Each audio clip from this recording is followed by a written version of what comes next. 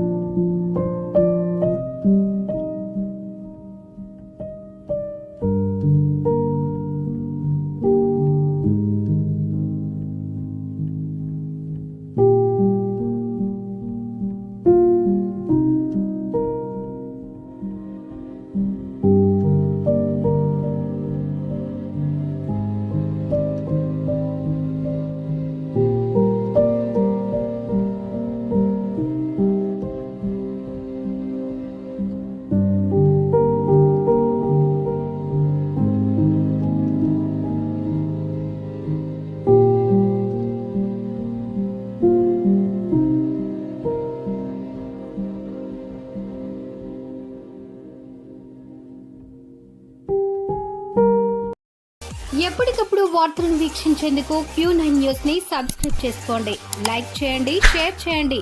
విలువైన సమాచారాన్ని ముందుగా మీరే తెలుసుకునేందుకు బెల్ బటన్ ని క్లిక్ చేయండి.